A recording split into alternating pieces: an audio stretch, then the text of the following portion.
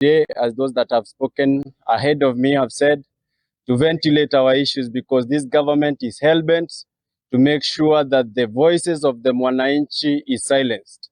But we want to tell them that that won't happen, because we are people on a mission to liberate this country from the post-colonialism.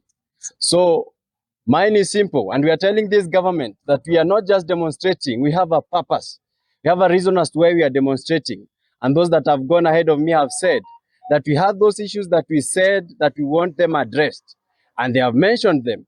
And just for the avoidance of doubt, I want to repeat all the 4 demands that we have as the MU, because this government has watered the reason as to why we are demonstrating as a people.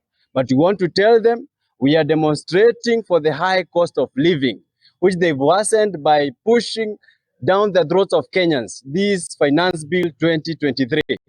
The second thing that we are asking is for multi-party democracy. And that is the right that is enshrined in our constitution. It's not a favor that we are asking.